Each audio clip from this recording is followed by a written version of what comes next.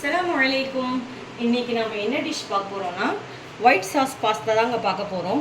நான் வந்து ஃபஸ்ட்டு தண்ணி பாயில் பண்ணிவிட்டு அதுக்கு தேவையான பாஸ்தாவை நான் குக் பண்ணிக்கிறேங்க. அதில் ஷேப்ஸ் இருக்கும். உங்களுக்கு என்ன ஷேப்ஸ் வேணால் உங்களுக்கு பிடிக்குமோ அந்த ஷேப் நீங்கள் செலக்ட் பண்ணிக்கலாங்க. நான் இப்போ இந்த ஷேப் செலக்ட் பண்ணியிருக்கேன். இது குக் ஆகட்டுங்க. இதுக்கு தேவையான பொருட்கள் என்னென்னு பார்க்கலாம் வாங்க. Onion 1 cup, butter, capsicum, maida மாவு, சீஸ், garlic, ஆயில், 1 கப் பால், oregano powder, chilli sauce, salt. இது எப்படி செய்யலான்னு பார்க்கலாம் வாங்க. இப்போது இந்த பாஸ்தாவை நான் ஃபில்டர் பண்ணி எடுத்துருக்கேங்க. இது 80% குக் ஆச்சு. இப்போது நம்ம என்ன செய்யறது பார்க்கலாம் வாங்க. இப்போ பேன் நல்லா சூடானதும் பட்டர் கொஞ்சம் சேர்த்துக்கோங்க.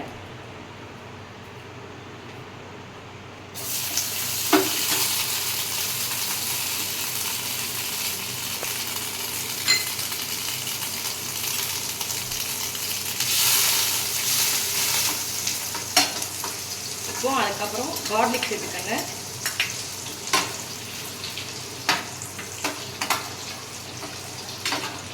ஸ்டவ் லோ ஃப்ளேம்லேயே வச்சுக்கோங்க.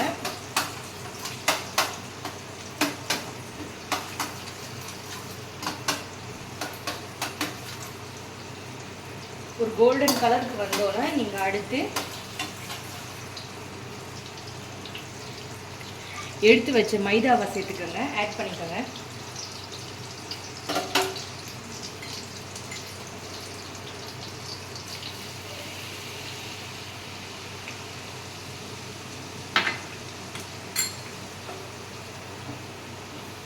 இந்த மைதா மாவை அந்த பட்டர்லேயே நல்லா ஃப்ரை பண்ணுங்க.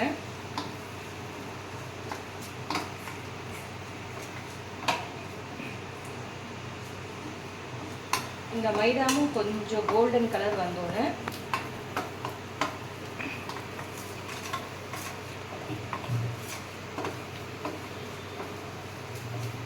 உங்களுக்கு பாஸ்தா ரொம்ப திக்காக வேணும்னா ஒயிட் சாஸ் பாஸ்தா சாஸ் உங்களுக்கு கொஞ்சம் திக்காக வேணும்னா நீங்கள் இன்னும் கொஞ்சம் மைதாவை ஆட் பண்ணிக்கலாம். உங்களுக்கு க்ரீமியாக வேணும்னா கூட மட்டும் ஒரு ஸ்பூன் மைதாவை ஆட் பண்ணிக்கலாம்.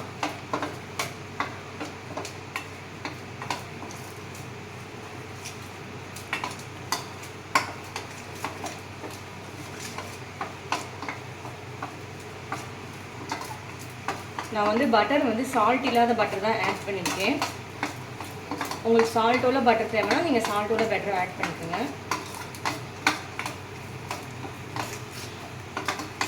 இது நல்லா கொஞ்சம் கோல்டன் கலர் வந்தோன்னே அடுத்து கேப்சிகம் ஆட் பண்ணிக்கோங்க. உங்கள் பசங்க வெஜிடபிள்ஸ் அதிகமாக விரும்பி சாப்பிட்றதா இருந்தால் நீங்கள் அதில் கார்ன் சேர்த்துக்கலாம், கேரட் சேர்த்துக்கலாம், பீன்ஸ் சேர்த்துக்கலாம்.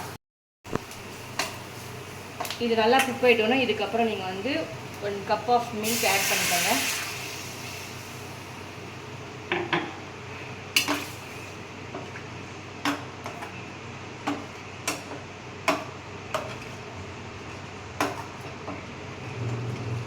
இப்போ நீங்கள் ஸ்டவ் ஹை ஃப்ளேமில் வச்சுக்கோங்க. இப்போ இந்த க்ரீமி ஸ்டேஜுக்கு வந்தோன்னா நம்ம ஒரு ஸ்பூன் சில்லி ஃப்ளேக்ஸ் ஆட் பண்ணிக்கலாங்க. உங்களுக்கு கொஞ்சம் ஸ்பைஸியாக வேணால் கூட மட்டும் ஆட் பண்ணிக்கோங்க. அதுக்கப்புறம் நான் ஆரிகானோ பவுடர் யூஸ் ஆட் பண்ணிக்கிறேன். ஒரு ஸ்பூன் ஆட் பண்ணிக்கோங்க.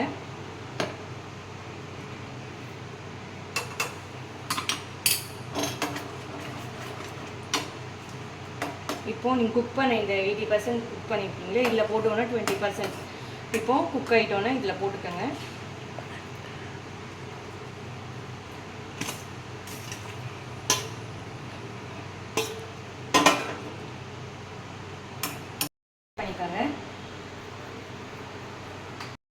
சால்ட் போட்டு நல்லா மிக்ஸ் பண்ணிவிட்டு அடுத்து இப்போ நம்ம சீஸ் மிக்ஸ் பண்ணிக்கலாங்க.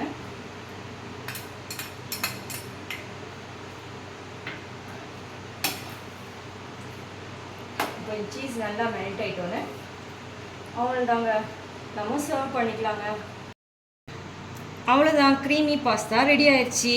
இன்ஷால்லா நீங்களும் ட்ரை பண்ணிவிட்டு எப்படி இருக்குன்னு என் கமெண்ட் பாக்ஸில் கமெண்ட் பண்ணுங்கள். அஸ்ஸலாமு அலைக்கும்.